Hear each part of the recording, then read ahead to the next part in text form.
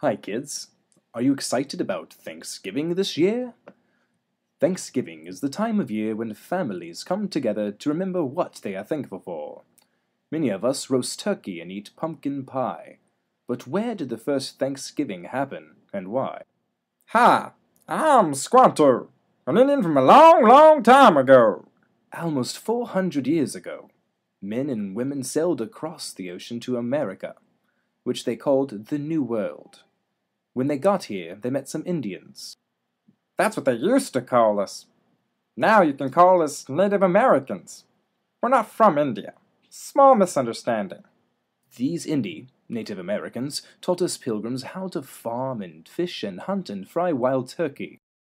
I love fried turkey. Me too.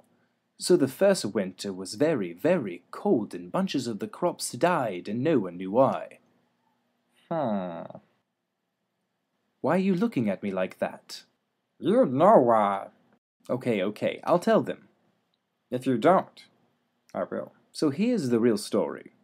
When we first came to the New World and lived in a place called Plymouth, back then things were different. Everyone would go to work in the fields and the factories just like today, but instead of getting to keep what we made or sell it for money, when we were done we would put everything into one big storehouse.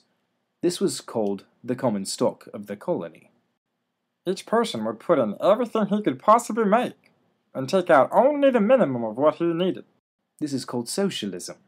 And we would say, from each according to his ability, and to each according to his need. It sounded like sharing.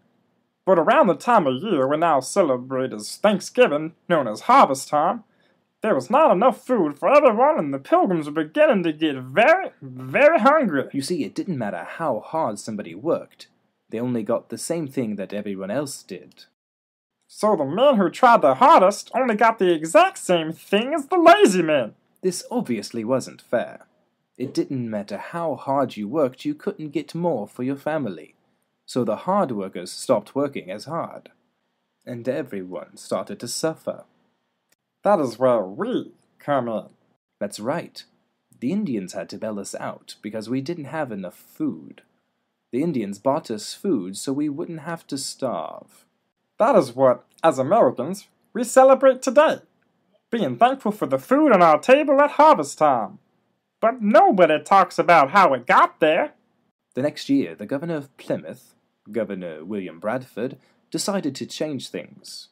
He was a very smart man. In the year 1623, Governor Bradford abolished socialism. That means every family got their own land and were allowed to keep what they made, or trade it, or do whatever they wanted to. This was called a free market. It was said that 3 men, working for themselves and their families, were producing as much as 30 men did under socialism. So the next year at harvest time, there was far more than enough food for everyone to eat. They even had left over to sell to the other towns and began exporting corn. The free market saved the pilgrims from starvation. And that, children, is something to be truly thankful for. So this year, when your family gets together to eat turkey and watch football on television, remember to be extra thankful that we live in a country where we can work hard and make our lives better for ourselves and our families. Thank God for the food, for your family, and for the free market.